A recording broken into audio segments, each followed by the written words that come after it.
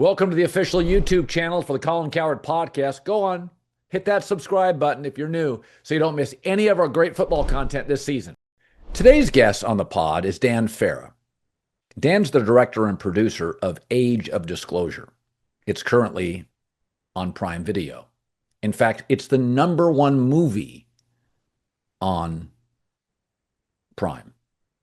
And if you look at their lineup, that's pretty heady stuff.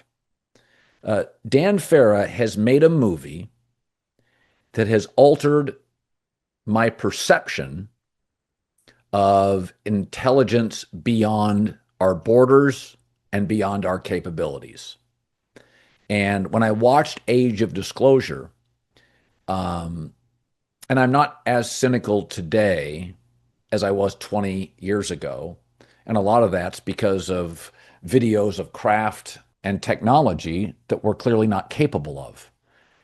And so I thought, I want to spend an hour with Dan Farah.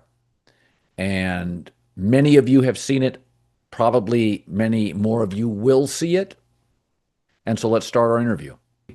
For those of you who have been cynical, Age of Disclosure, I read 3 years to produce this. 34 senior intelligence officials, astrophysicists, pilots, people who have been biologically affected. I have to start with this, Dan. Over the course of your production of this is really a lifetime work. I mean, this is something you're obviously proud of. When was the moment? Maybe it was an interview. I certainly know I had a couple during the documentary. When was a moment, kind of a jaw dropper or a shit just got real? I am hearing things that even you may have questioned or been a bit cynical about. Did you have one of those aha moments? Well, for me, it was when I started to get access at a high level to intelligence officials, military officials, government officials, and got an audience with them in private before I interviewed them. Just private Okay. conversations, phones off, real, honest, grounded conversations about the reality of this.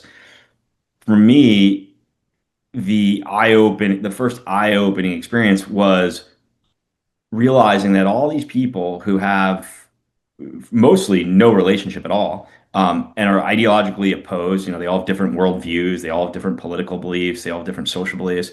They were all saying the same thing, and it was super eye-opening to me right off the bat. In those first few weeks of going to DC and getting these private meetings, it it was shocking how lined up they all were on these big truths that have been hidden from the public. And they were also all lined up on why they haven't spoken about it so far.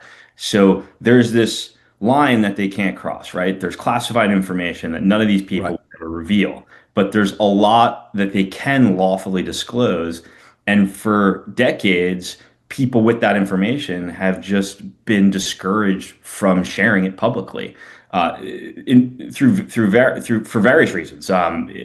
Threats to their career, threats to their reputation. Some people feared it would cost them their life, and they just decided it was best to keep silent about it. And as I had these conversations with them, I realized that the only way to get these kind of people to speak up with what they lawfully could would be to give them the platform to do it arm in arm. To have Yeah. safety in Yep. numbers for them all to step up and speak their truth together, and to do it in a film that is assuring them, hey, you're not going to be intercut with some knucklehead, who's just cool casting or has like an interesting opinion. It's only going to be, I will only interview people who have direct knowledge of this topic as a result of working for the US government.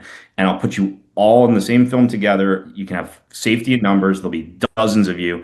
That was the solution to the problem. But, again, the eye-opening thing for me was just how in sync all of these people were, regardless of their political opinion, regardless of their, ideologies. Like, they were all in sync on the reality of the situation. And that just didn't, yeah, that's eye-opening. So let's talk about the retrieval program.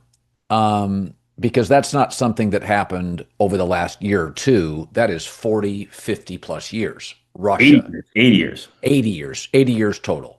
Yeah. And for the uninitiated, the people who have not seen this, and I figure between 30 and 50% of my audience have, and 60 to 50 something thereabouts haven't.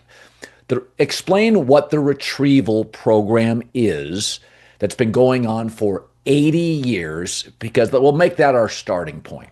Yeah. So look, the biggest headline of what's revealed in this film is that the existence of non-human intelligent life that is not human, has been covered up for 80 years. And on top of that, there has been a deeply hidden program within our government system and our military system that has been capturing and retrieving crashed UAP, formerly known as UFOs, right? And been doing so for 80 years.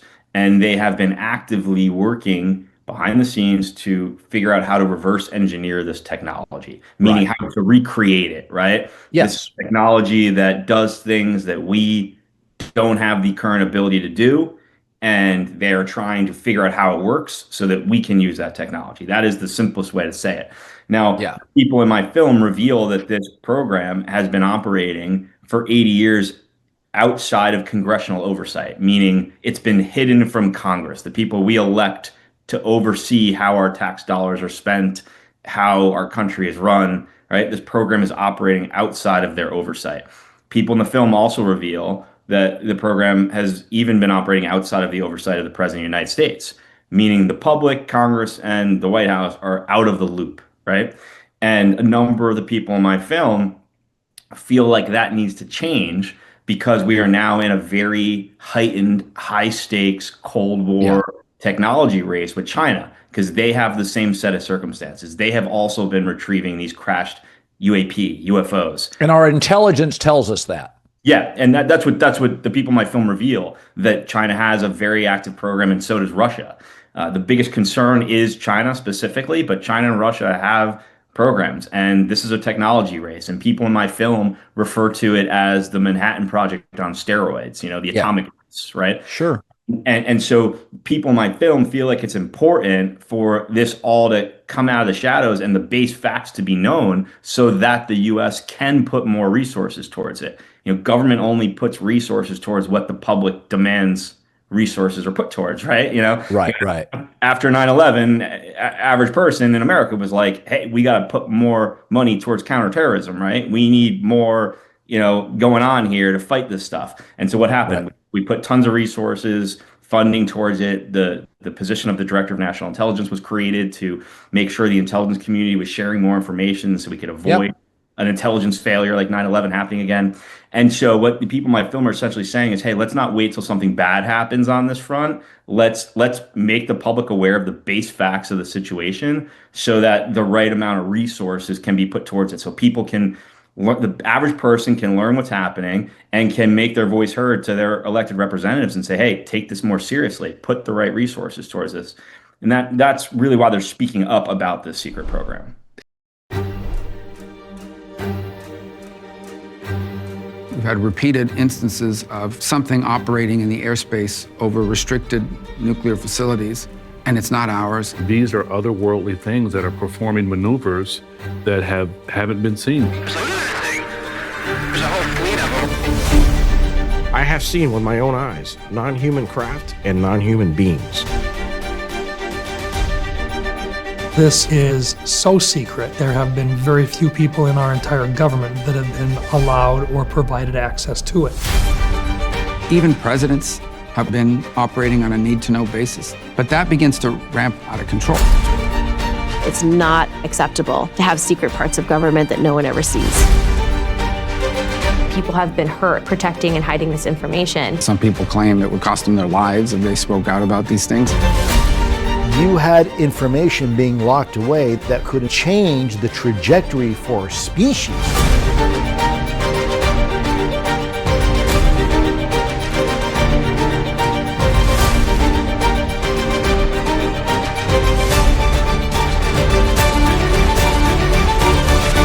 This is the biggest discovery in human history.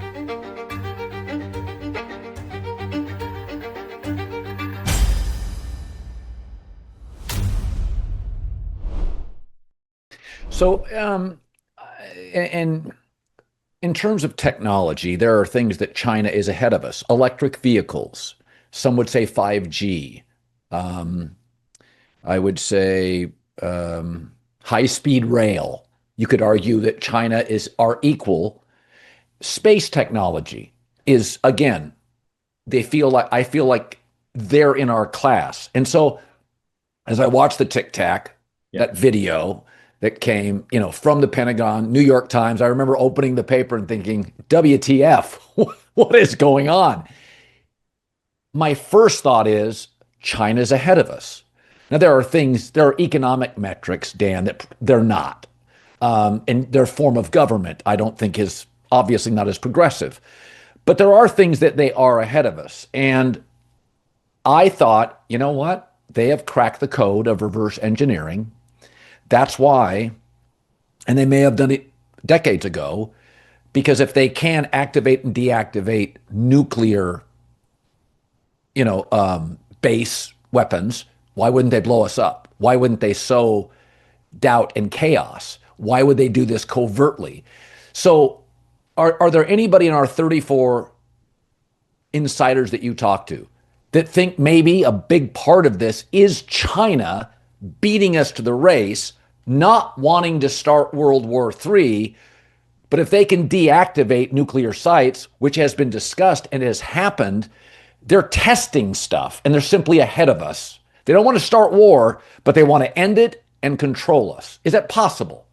Well, look, anything's obviously possible, but the people I interviewed made it clear that this high stakes race with China is a very close race.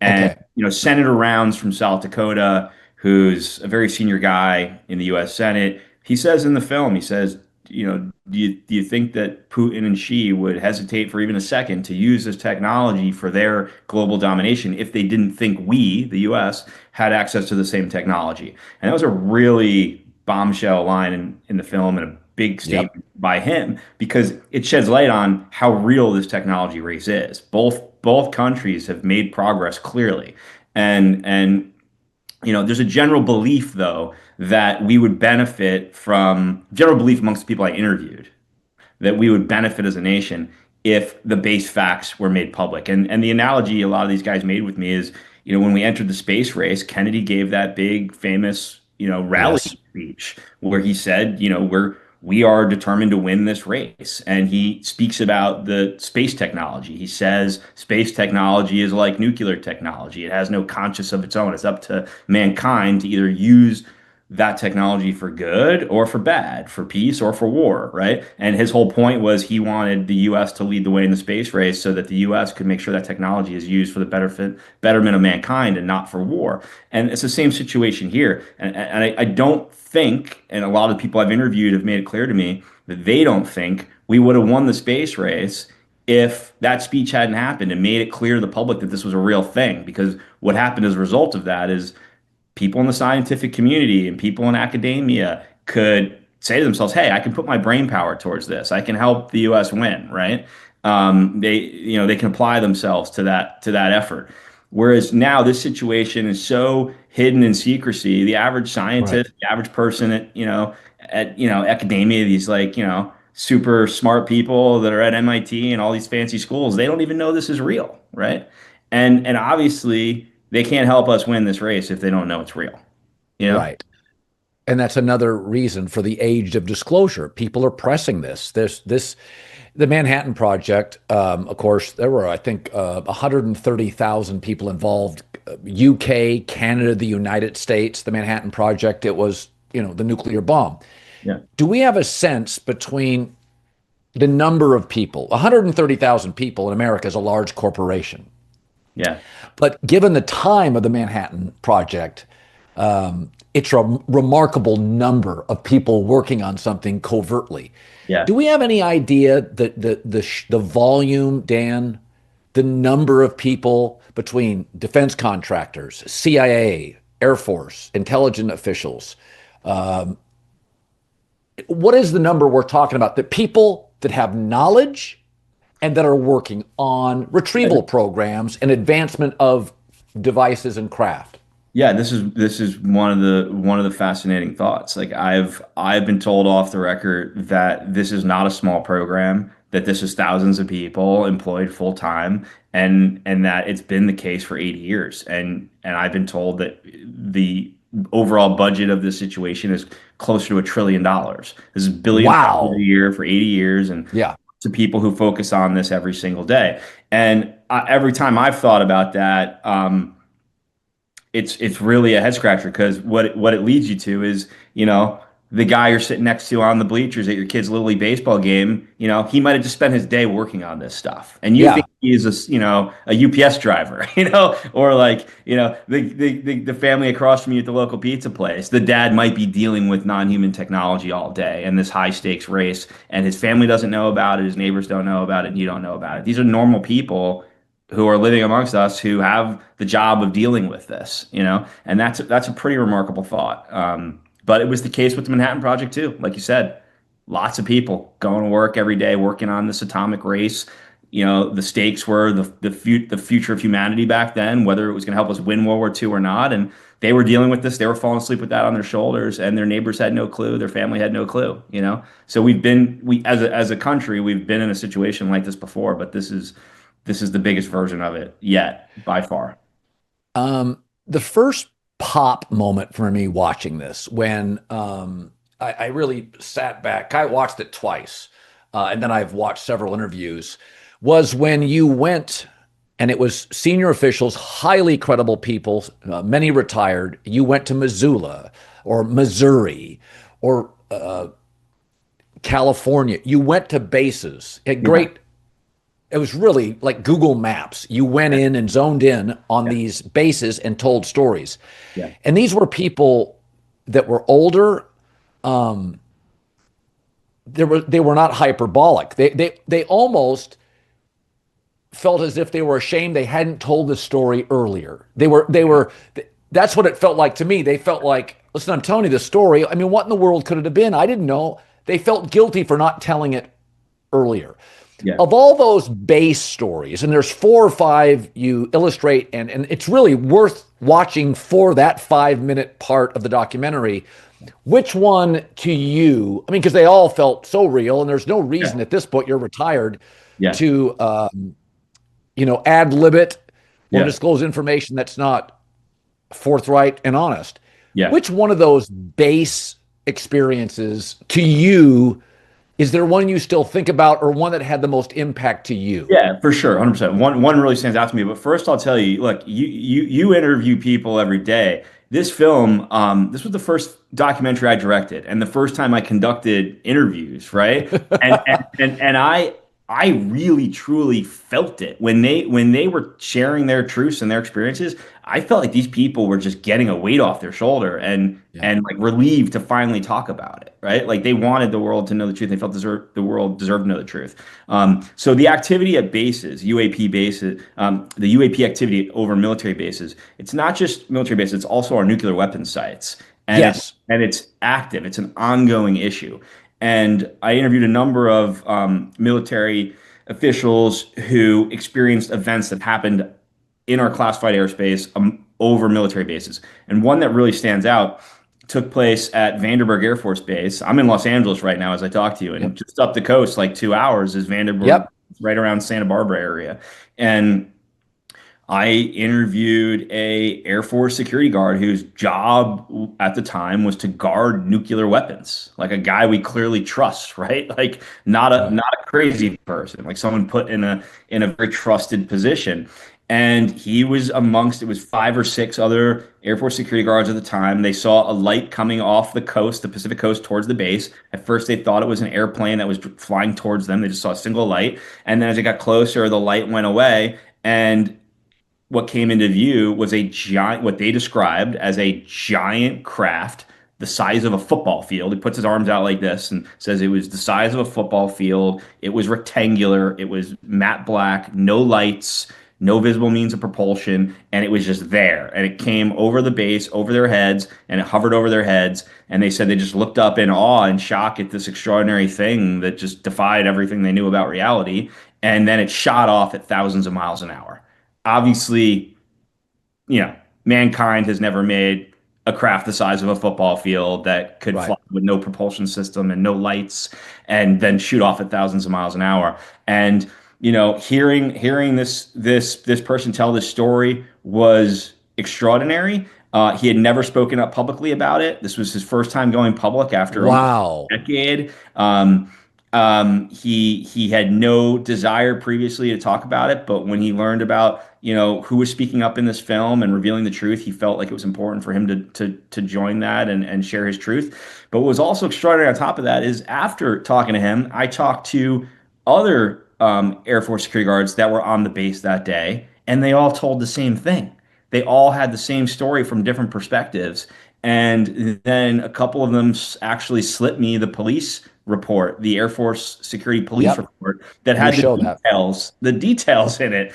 And it's a real situation that actually happened. And that is extraordinary. The idea that there are human beings out there in our country that have had these experiences, and I was talking about this with Joe Rogan last week. I'll ask you, think about, put yourself in the shoes of this guy.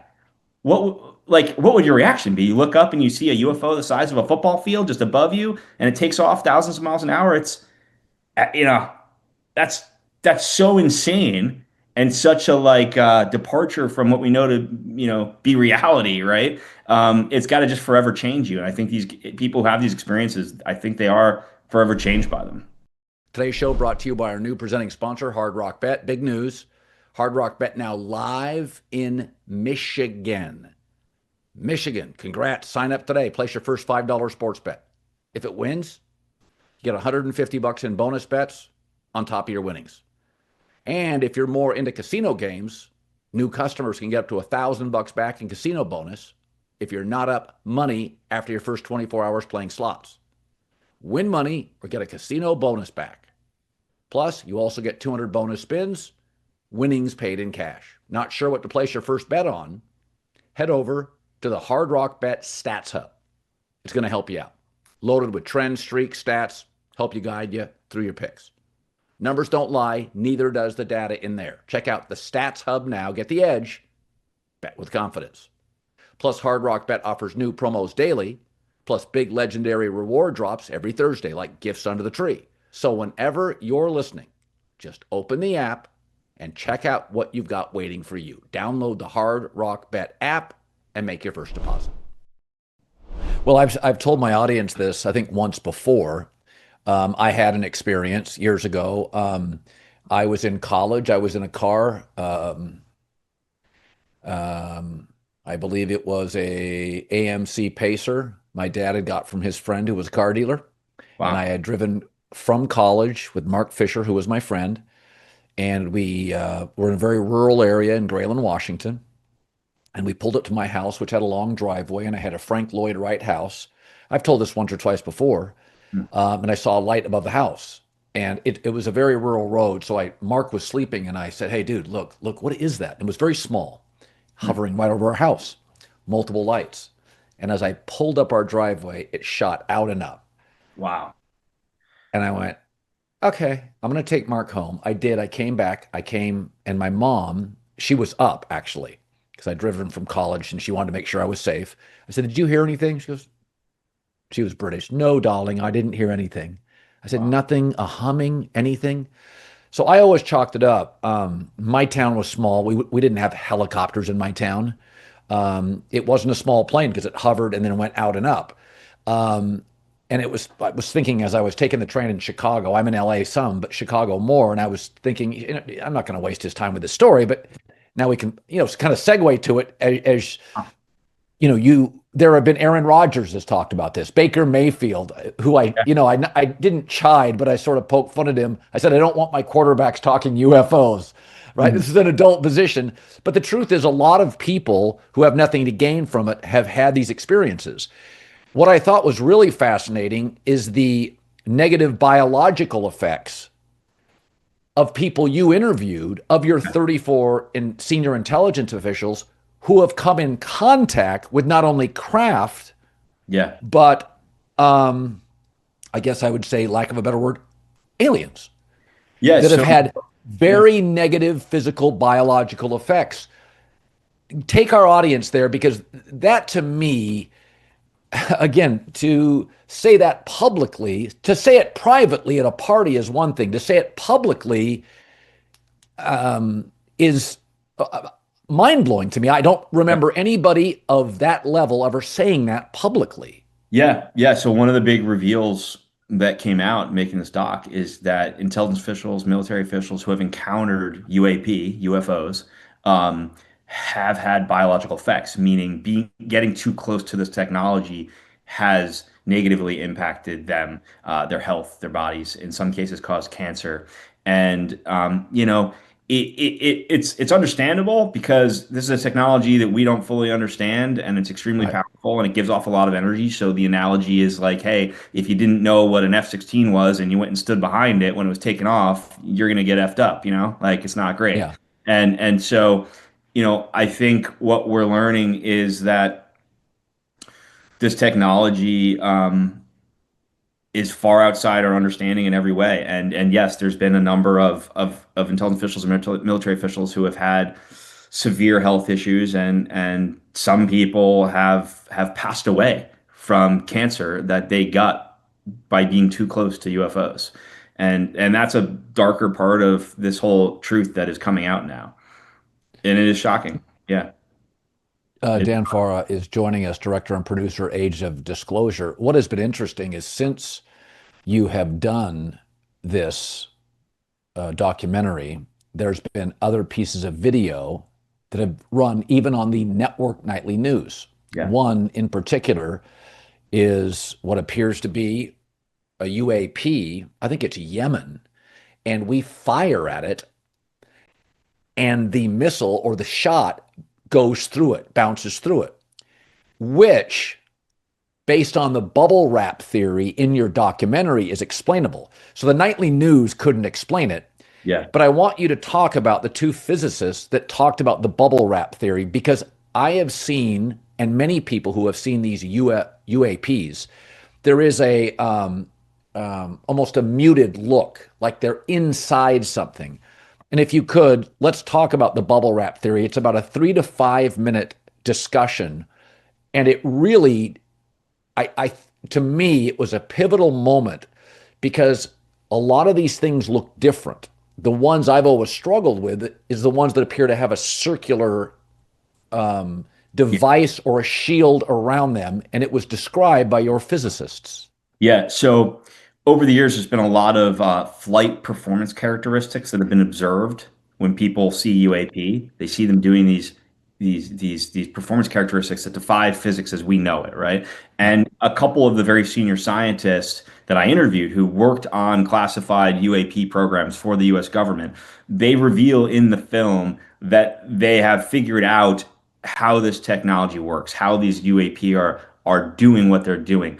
And simply put, these craft are generating a significant amount of energy, and they are they're essentially warping space-time, which sounds like something out of a science fiction movie. I understand that. Right. But they are saying, what these scientists reveal is that they are warping space-time in a localized area, and they're creating a bubble around the craft. And essentially, the simplest way to say it is that bubble creates a barrier between the environment the craft is in and our environment. So yes, the laws that, define what you can do, what physics allows you to do in our environment are no longer applicable, right? So what happens in that bubble is completely different than what happens outside the bubble. So they might be moving along, having a Sunday stroll, like a leisurely flight, right? And to us, it looks like they're going at these impossible speeds. It explains everything. It explains why transmedium travel is observed. We see these craft going from space to the air to the ocean seamlessly through these separate environments, which is not something our aircraft can do. But once you understand that they're in their own space-time environment, they're within this bubble, then it makes sense, because the bubble and everything in it is not impacted by the environment around it. It also explains why we've had so much trouble getting these things on radar, because the way radar works is a radar emitter shoots radar at an object, and then it bounces back to the radar emitter, and that's how you figure out where the thing is, right? But in this case, the radar is just bouncing around the bubble and continuing on, right? it also explains, the answer to the age-old question of why is it so hard to get a good photo or video of a UFO? The simple answer is because we're taking photos and videos through a space-time barrier, through this bubble. It's the equivalent of trying to take pictures of fish under the ocean from above the ocean. You can't do it. Right? No one would ever be like, hey, I'm trying to take a picture of these fish in this koi pond and it looks all blurry. Why is that happening? You'd be like, well, moron, you're taking a picture from above the water to something in the water, right? And it's the same thing here. Like, you can't get a good picture of these things because we're trying to take photos through a space-time barrier, through this bubble that's been created. And this warp bubble is the key to that technology. And what's also extraordinary about it is, as these scientists say, this technology, this ability to generate this immense amount of energy in a localized area and create this warp bubble, it is in their opinion, the key to interstellar travel. Yes. It's the key to basically the next chapter for humanity, right? It's a solution to the energy crisis. They're creating immense amount of energy and they're tapping in energy that we haven't figured out how to tap into yet, right? That could solve one of the biggest problems humanity has, the energy crisis. It could set up future generations, for a much better life. And then, in terms of, opening the door to interstellar travel, that could just expand, mankind's exploration of the galaxy. The possibilities are limitless.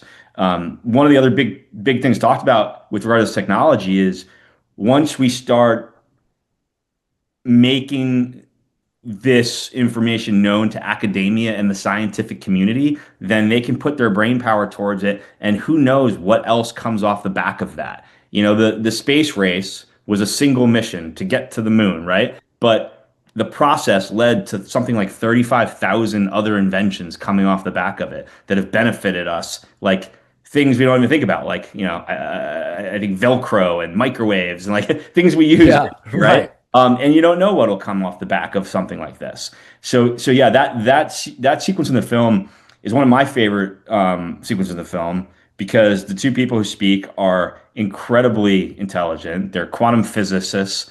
They worked as senior scientists on these classified UAP programs for the government, and they're just straight up revealing how this technology works. And it's stated in such a simple way that you don't need to be a rocket scientist to follow it, and it all makes sense, and it's really inspiring. How has the UFO community, I would be considered a normie, right? Like I when I said how much I loved your film, your documentary, a few people pushed back. Oh, now the normies are talking about it. But I can sense, because you're getting such legitimate corporate discussion, nightly news, major cable programs. Joe Rogan has always had a great interest in this, but because you're getting so much credit and so much discourse and discussion, has there been any pushback from, nobody's ever done this. Nobody's ever had 34 senior intelligence officials. And the documentary beyond that is so brilliantly made. Has there been any pushback, or have you been universally accepted and celebrated? Well, look, I think before the movie came out, I certainly dealt with some people who were causing problems for me behind the scenes. And there were a number of people who wish this movie didn't exist, wish I hadn't made it, wish it wouldn't get released. I overcame all that and obviously got the movie out there. I think that the response to the film has been so overwhelmingly supportive. And as you said, in an unprecedented way, is getting serious news coverage. And I was on Jake Tapper on CNN. Yes.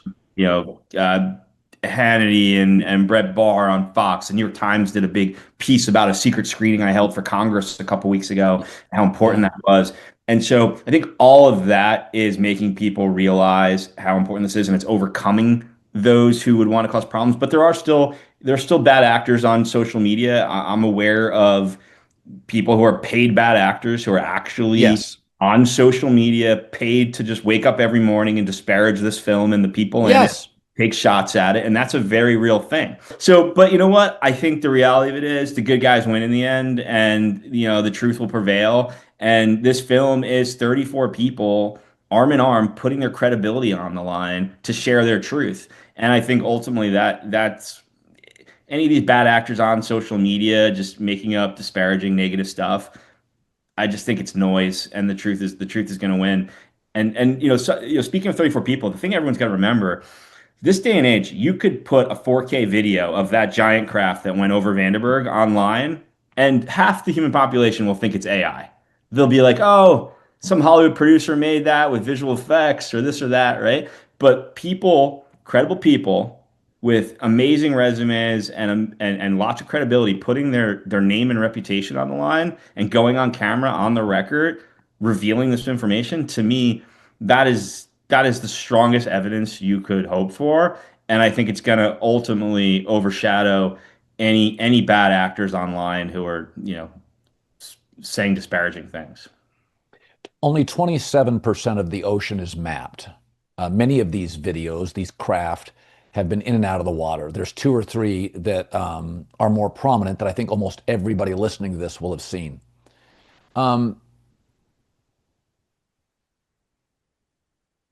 Were there discussions with any of the people that you talked to that believe that's their primary base on this planet? Or is it something they can, they can activate, they can hide, or does it go deeper than that? Sometimes, by the way, when you do a documentary, there's some stuff that may be interesting but doesn't make the cut. Yeah. You guys didn't spend a ton of time on the ocean, and my take is because you didn't want a 6-hour documentary. But when you talk to these intelligence officials, the 34 people, is there a sense that there are a base, or there's a lot more activity in the infrequently mapped oceans that's going on? Yeah, there's an enormous amount of activity in the oceans that I've learned about. And yes, the only reason I didn't go deeper into the ocean is just because I had to get this documentary under 2 hours or people would kill me.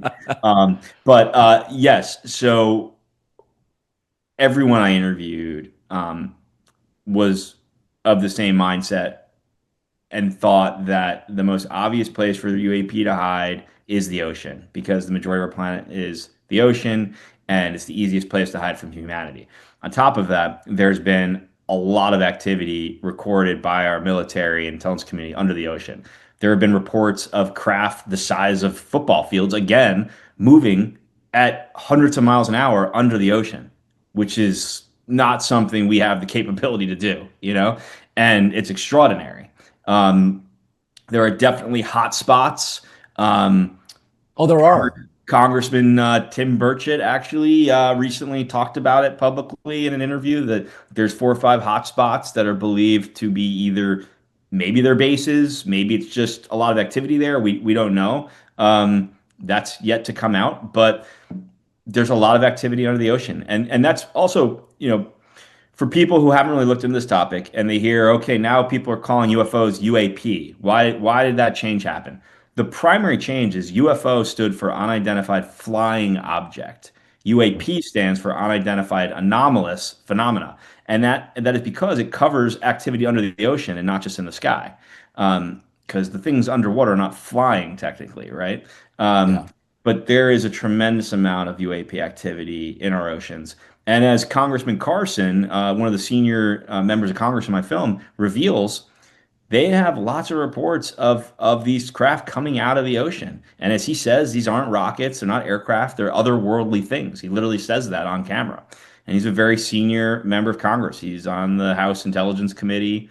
He was on the House Committee for the Central Intelligence Agency. Really smart, senior, thoughtful guy. So there's a there. There's a real situation, and it's fascinating. Has an American pilot ever been shot down? Again, that's not something that would be reported to the public, right? The stigma has worn off significantly. The story about George Bush and the ranch, I remember hearing about that.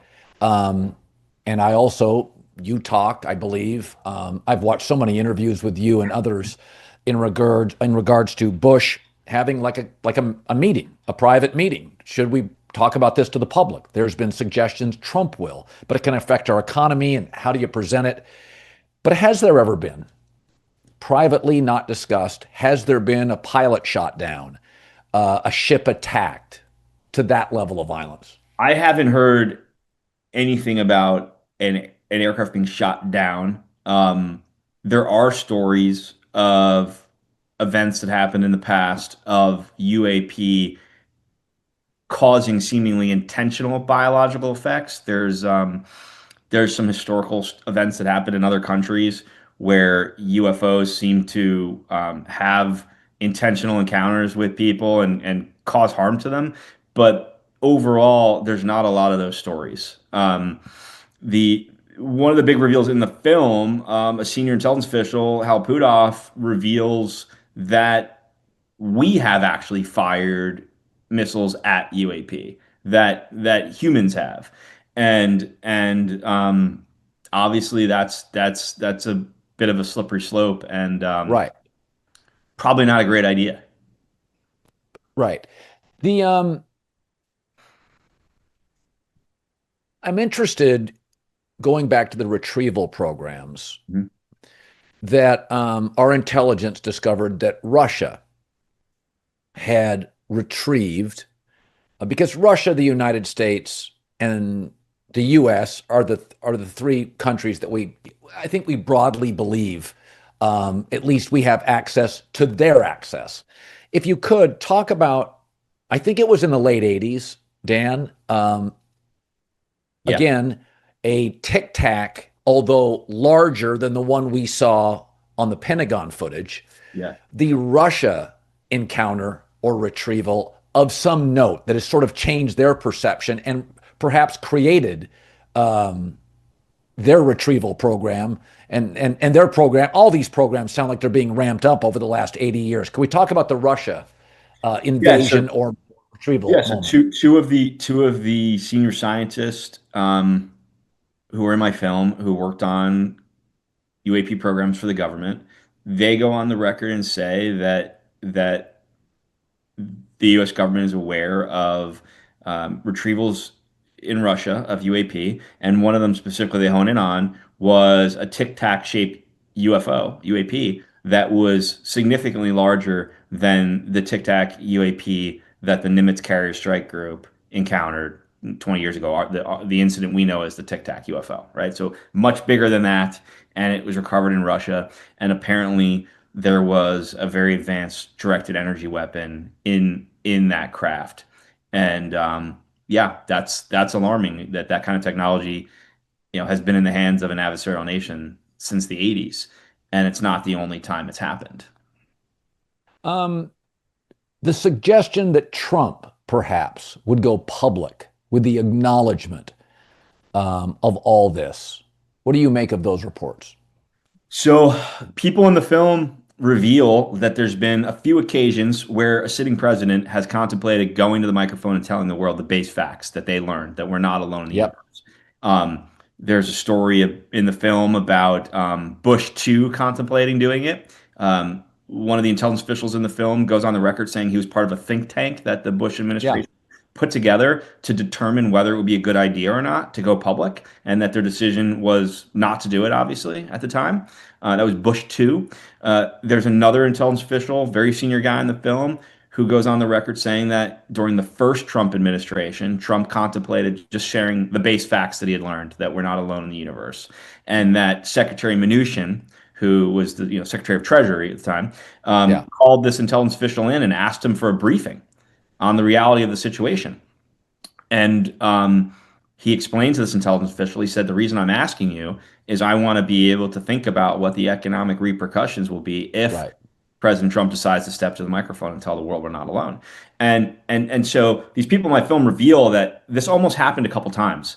And now I do think that this film sets the stage for him to comfortably do that. I don't know if he will choose to do it. Obviously, only he can make that decision. But I think this film makes it, extremely clear to the average person that this is a real situation, that there's real stakes, and that the average American is owed some basic level of transparency on this from the president. And so, we'll see. Time will tell if he uses this opportunity to comfortably step to the microphone and tell the world we're not alone. It would certainly be one of the biggest moments in human history if he did. But we will see. I think it's only a matter of time, though, before a sitting president does decide to do that. Dan Farah, director of producer, Age of Disclosure. I worked in Las Vegas as a sportscaster. Area 51 was understood and it was newsworthy at the time. And over the course of about a 2 to 3 year period, we had a reporter, that was one of his beats, Area 51, Dan Burns. And the activity ramped up substantially over about a 2 year period. Then stealth fighters emerged from our country. And so, as Dan, in some of his reporting, which was accurate, many of the triangle-shaped lights seen over a 2 to 3 year period was the development of stealth. Bob Lazar made a name for himself years ago. His background has sometimes not checked out. Not a knock at Bob, but that's the reality. I looked up his Wikipedia page for the first time ever. So Area 51 is something that gets discussed. I thought one of the, and all the moments were credible, but James Clapper, who is now in his 80s, has no reason to be involved in this at all. You know, again, this is because the stigma has to a large degree died. But James Clapper came on, and share it with the listeners now. He acknowledged, and I mean, it was a real moment where I went, okay, time out. James Clapper, he's been with multiple White House, multiple presidents. Was that a wow moment for you? Yeah, that was a significant wow moment for me. And just, you know, for your audience, James Clapper was the director of national intelligence, the highest level position in the intelligence community. He was the head of Air Force intelligence. He was the head of the Defense Intelligence Agency and a number of other agencies. His resume reads like a Marvel character. It is a ridiculous resume that no one else has. Like, uncomparable resume and credibility, and a very serious guy. And he's in his 80s. When I did the interview, he was already in his 80s. And at the time, to give some other color to it, at the time, his wife was battling cancer, and in her final days, and despite that, and despite being an amazing, loyal husband who was like there for her every day at the hospital, he left the hospital to come do this interview.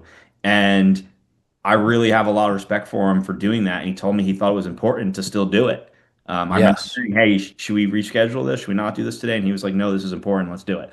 And he shared what he lawfully could. And one of those big things he shared was that UAP activity over our sensitive military bases and training sites is very real and very active, especially, he said, our ranges out west in the west side of the United States. And he specifically said, most notably, Area 51.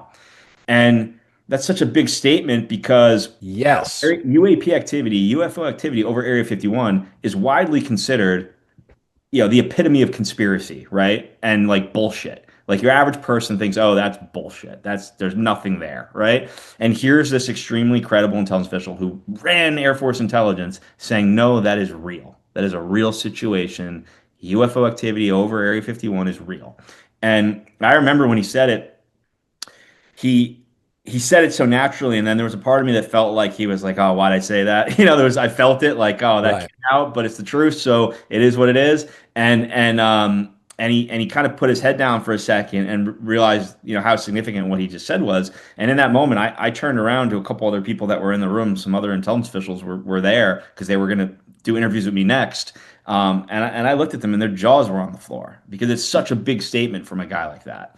And I have a lot of respect for him for sharing that with us. And I think he probably felt a responsibility to share what he could. He also civic duty almost. He also shared in that interview that despite the U.S. Air Force saying that they haven't had an active investigation to study this stuff or investigate this stuff since the closure of Project Blue Book, which we have all heard about, you know, Project Blue Book closed in the late 70s, and the Air Force has consistently taken the position, even as recent as a couple months ago, that they have not had a program to investigate UAP since then. But Jim Clapper says on camera, on the record, that when he was running Air Force intelligence, they did in fact have a program to investigate UAP. So he dropped some very significant statements in the film, and I think he did us all a service by opening our eyes to the truth that he could share.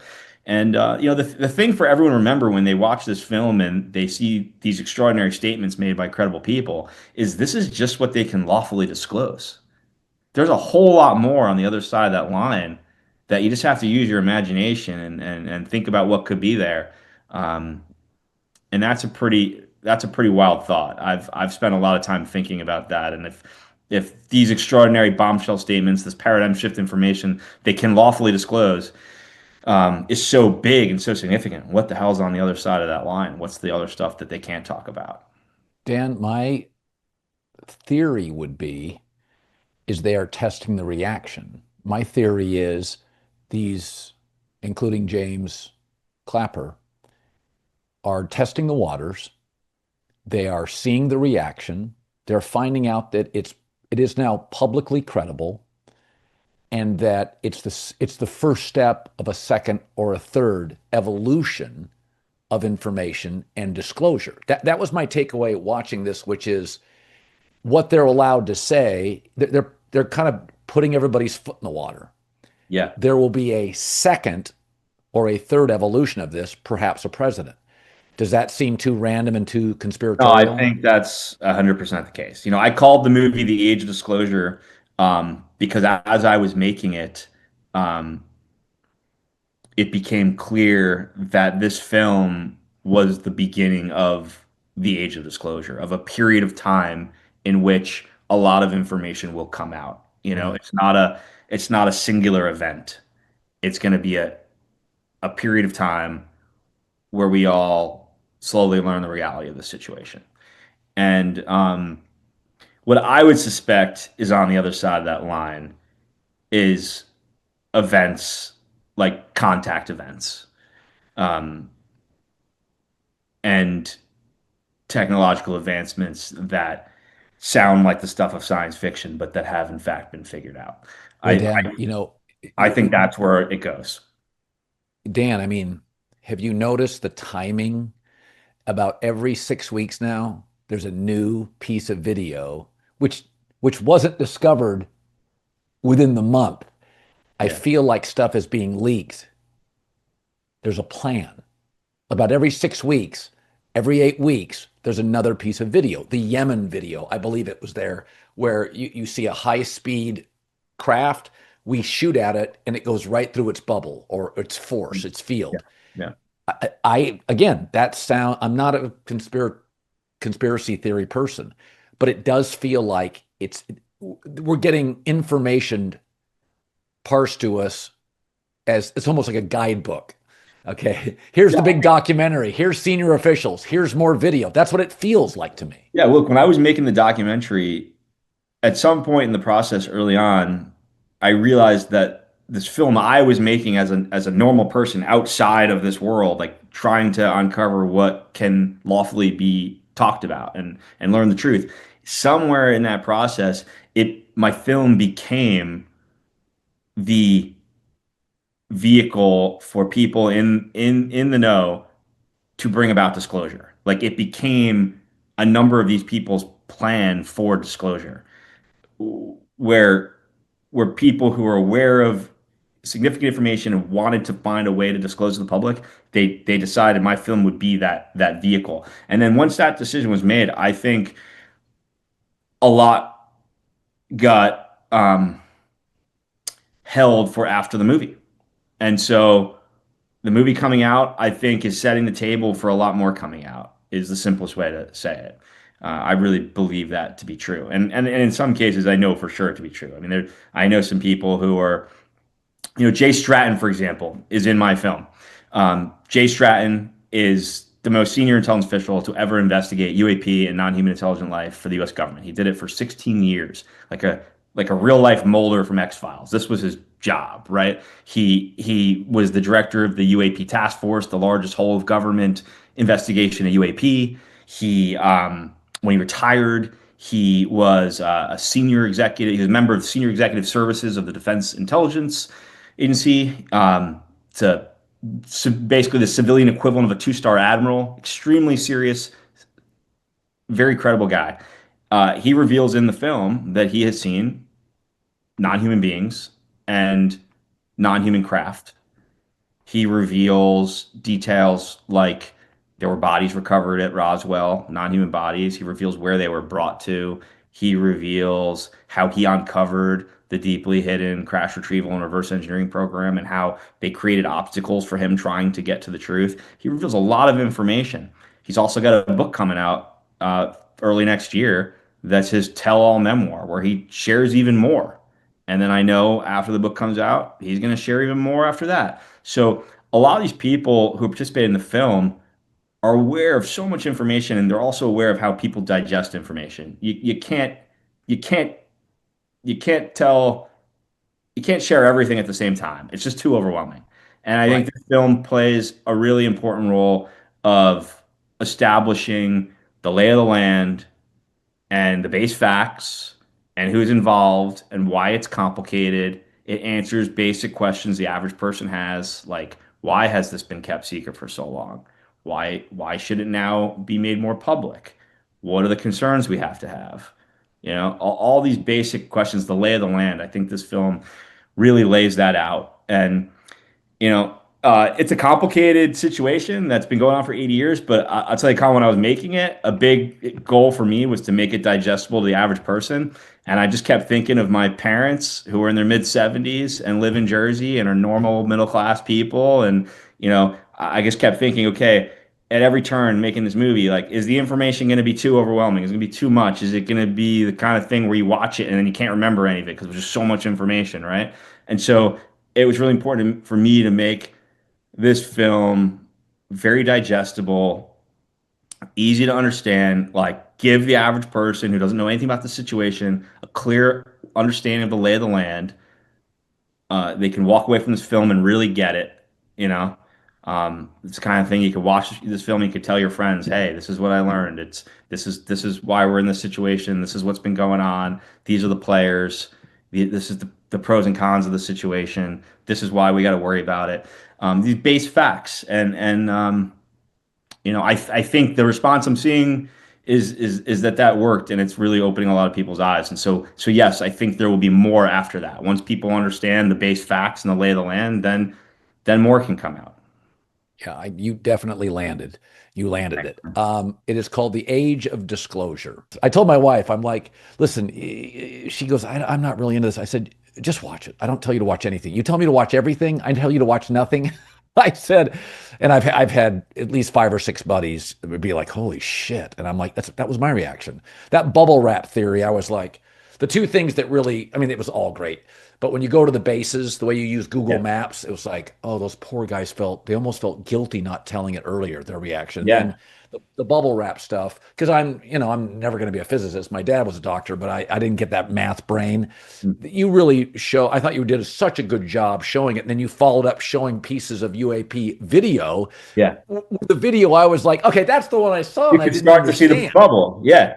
And that's because our camera systems on our fighter craft become more advanced. You can actually see the bubble.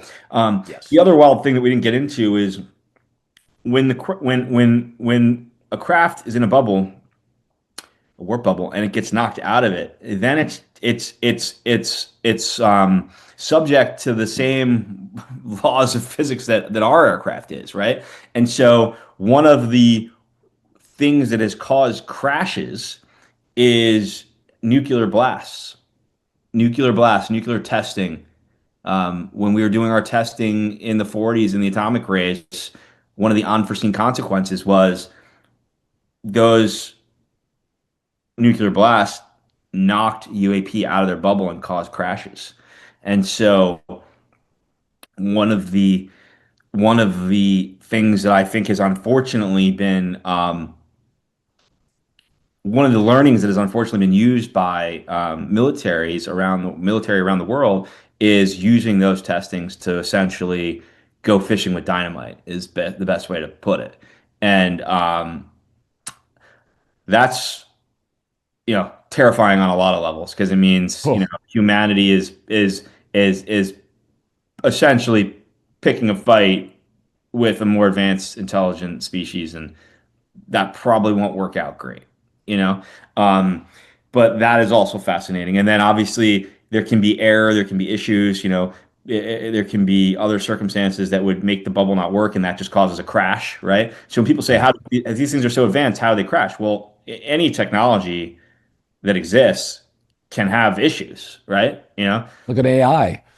Yeah, I mean, there's a lot of examples. So that's really fascinating. Dan Farah, director, producer, Age of Disclosure. Dan, where do I watch this if I just popped into this and I'm not exactly sure how to view it tonight? Cool. So everyone in the world can watch the movie on Prime Video. You do not have to have a Prime subscription. You can just go to Prime Video. You could rent it. You could purchase it. It's available in every country around the world and with subtitles in every major language. So I encourage everyone to watch it and tell their friends and family and join the conversation about this issue. I'm so appreciative of you taking time. It's been really, for me, an attitude altering documentary. Thank you. I think I'm reasonably curious. I appreciate your work and your excellence and your devotion to it. And Dan, thank you so much. Thank you for having me. I really appreciate it. Thank you.